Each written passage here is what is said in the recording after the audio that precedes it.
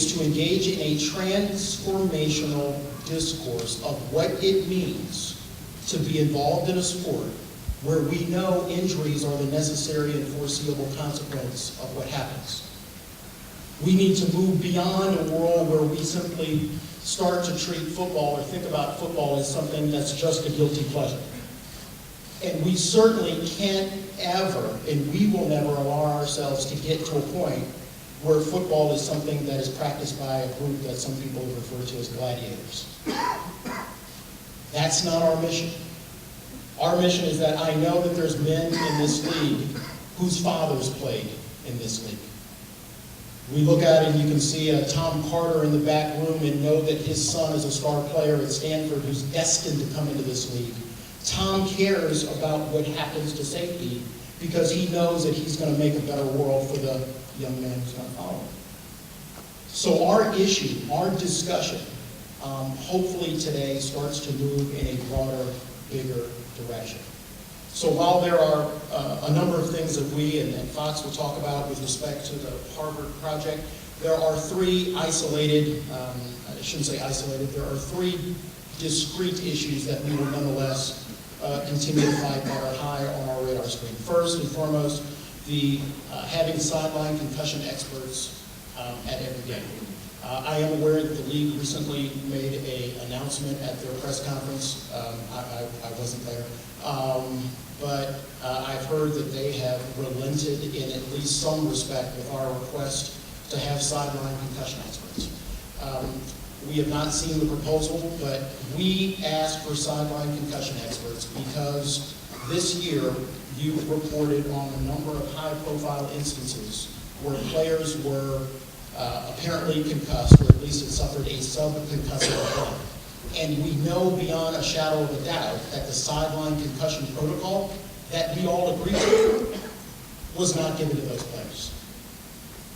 If we are in a world today in 2012 where we can see 8, 10, 12 players who have suffered a concussive event on a sideline, and we know that the sideline concussion protocol takes at least 7 minutes to give, if we then see that player put back in the game 45 seconds later, we know that the sideline doctors have failed to employ the very protocol that we agreed to use. So our solution for that was that we would have a sideline concussion expert that was not paid by either team, that person would have one job of making sure that that sideline concussion protocol was employed, and if that person made a determination that that player should not go back in, that player does not go in. That is something that I'm hoping the National Football League has finally agreed to, but it is also something that we have committed ourselves to filing agreements if we need to in order to get those sideline concussion experts utilized in our game. By the way, the sideline concussion experts have been endorsed by the American College of Emergency Physicians and the American Academy of Neurology. Second, earlier this year, we asked to engage in a credentialing for the first time of every medical and trainer personnel on teams. What that simply means is that we, the National Football League Players Association, the players' representatives, want to make sure who are the individuals caring for our players and treating them, and this is important, treating them as patients. We asked the league to engage in this credentialing program with us so that we would know the backgrounds, we would know whether or not any of them have had charges against them for malpractice, any judgments against them for malpractice. We wanted to engage in a disciplined process where we understood exactly who was providing our care. Unfortunately, the league did not agree with our credentialing process. Once again, that is something that we hope that they change their minds on, but as you know, and will probably somewhat be a familiar refrain, we are prepared to file agreements if we have to. Lastly, you know that we have had a rather high-profile disagreement with the National Football League with respect to several teams who have 4-star players to sign waivers of liability before a doctor would give them medical treatment in the form of dispensing Toradol. I cannot think of a more repugnant practice than a doctor forcing a patient to waive liability before he gives medical care. That is the subject of a grievance. And again, while I hope that the league would make sure that the teams that have done that they would withdraw those, we're prepared to fight for the things that we need for our players. Last part before we move on to the Harvard study is this discussion about how we move forward on transformation. During this year's player meeting in March, three of the things that we want to discuss as player leaders are things that we want to discuss as amendments to the collective bargaining agreement. One of them is whether or not we should move forward with the National Football League appointing a chief safety officer. Virtually every major company in America has one individual who's responsible for the health, welfare, and safety of the employees. There is no chief safety officer for the National Football League.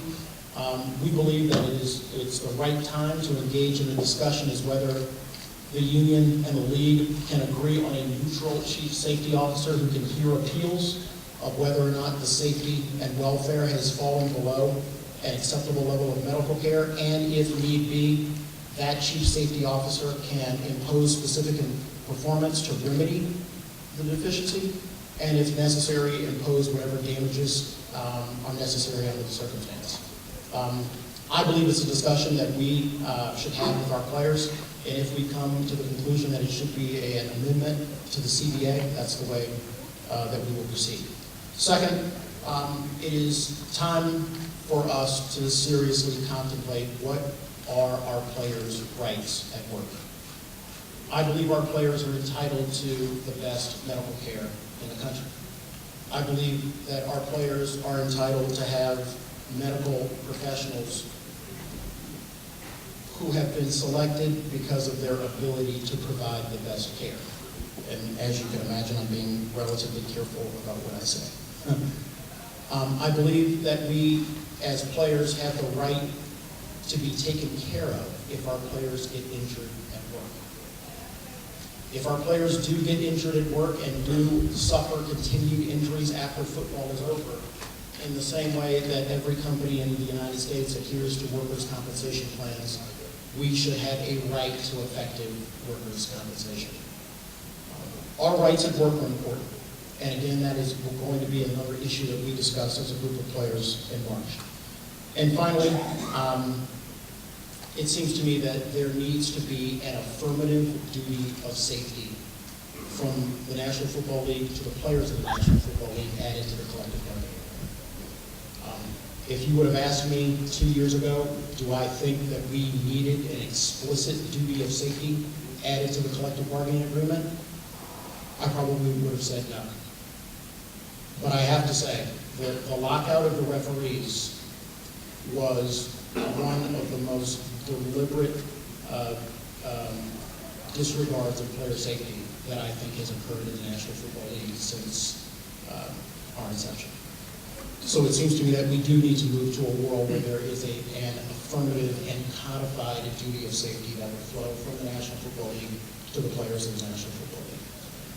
We will have a number of questions later on to discuss both this, the RFP process, and the Byron Whizzer whiteboard, but I'd like to turn the podium over to President Dominique Foster.